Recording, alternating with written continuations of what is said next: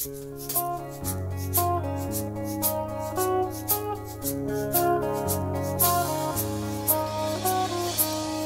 hanggang Sabado, puro na lang trabaho. At pagsapit ng Linggo, kailangan may negosyo, maghanap na raket.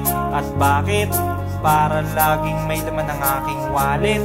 Ang pangit ng laging nakasabit. Bitin sa hangin ang bukas pag walang makain.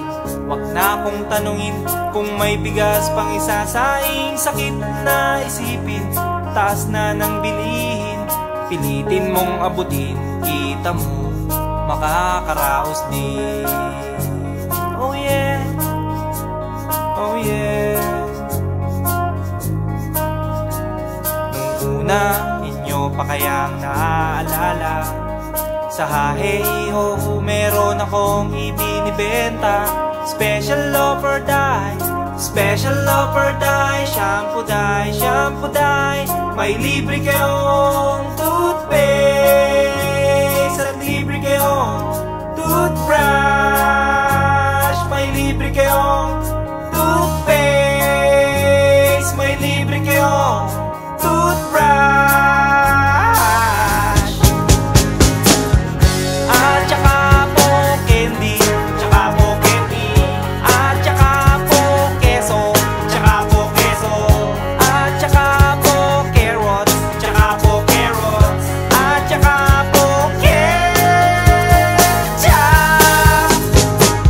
Kaya ngayon, eto na naman ako, nagbi-business ng kung ano-ano. Merong ballpen, pentel pen, at pwede mo rin akong maging boyfriend. Basta't 7, uuwi na ako sa amin. Kasi meron pa akong gagawin, magpapasuso nitong alaga kong tuta. Palusok, mabait, patigla. Uy, merong isang chick, gusto niya raw akong mami. Murder siya sa akin at bibili ng meat.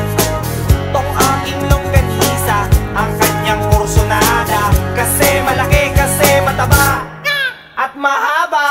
Ako'y kanyang niyaya doon sa kanila. Wag daw akong mahiya, siya'y nag-iisa. Uli ka na, patitikim ko na. O sige na, o sige na, o malapit na. O eto na, ilalabas ko na.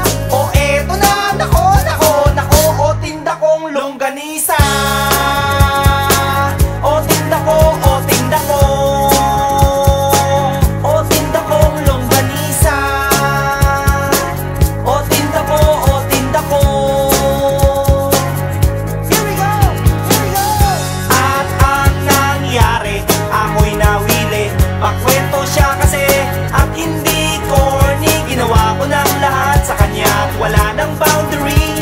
Sinakyan ko na siya kasi sinakyan niya na rin ako. Nang bilangin ko tong inabot niya sa palad ko, tong inabot niya. Kulang pa, ang sabi ko, kulang pa. Tanong niya ay magkano?